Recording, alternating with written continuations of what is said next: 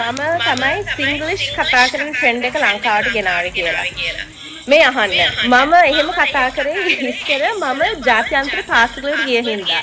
ඉතින් මම ඉගෙන ගත්ත ඉංග්‍රීසි භාෂාවෙන් මම ගොඩාක් කතා කරන්නේ මම හැදුනේ වැදුනේ ඉංග්‍රීසියෙන් කතා කරලා. CIS එකට තමයි ගියේ කොළඹ ඉන්ටර්නැෂනල් ස්කූල්. ඉතින් වැඩියෙන්ම අපි ඉගෙන ගත්තේ ඉංග්‍රීසි භාෂාව.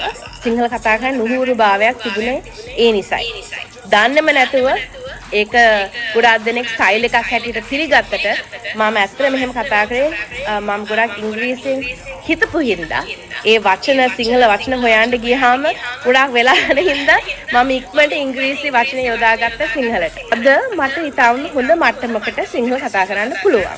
සිංහල භාෂාව ඔබේ මව් භාෂාව නැත්නම් ඔබේ පළවෙනි භාෂාව නම් සිංහල කතා කරන විලාසය වෙනස් කරන්න එපා. අපේ සංස්කෘතිය තිබෙන්නේ ඔබේ අතේ. අපේ සිංහලකම තිබෙන්නේ ඔබේ අතේ. ඔබ තමයි නව පරපුර. ඉතින් අපි අද ජීවත් වෙලා හිටියත් හෙට දවසේ ඔබ තමයි මේ ලංකාවේ හෙට දවසේ ලස්සන කරන්නේ. ඉතින් ආදර්ශයක් වෙන්න ඊළඟ පරපුරටත් මම කැමති අලුත් ස්ටයිල් එකක් පටන් ගන්න. ඔබට සිංහල කතා කරන්න පුළුවන් නම් සිංහල කතා කරන්න බැරි විදිහට කතා කරන්න එපා. ඒක ඇත්තටම ස්ටයිල් එකක් නෙමෙයි. ඒක කූල් නෙමෙයි. ඔබ ශ්‍රී ලාංකිකයෙක් නම් ඒක තමයි කූල්ම දේ මේ ලෝකේ.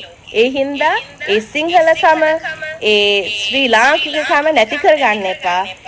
පුළුවන් තරම් ඒ කතා කරන විලාසය වෙනස් කරන්න නැතුව හොඳ ආකාරයෙන් ඒ වචන උච්චාරණය කරලා සිංහල හොඳට කතා කරන්න උත්සාහ කරන්න.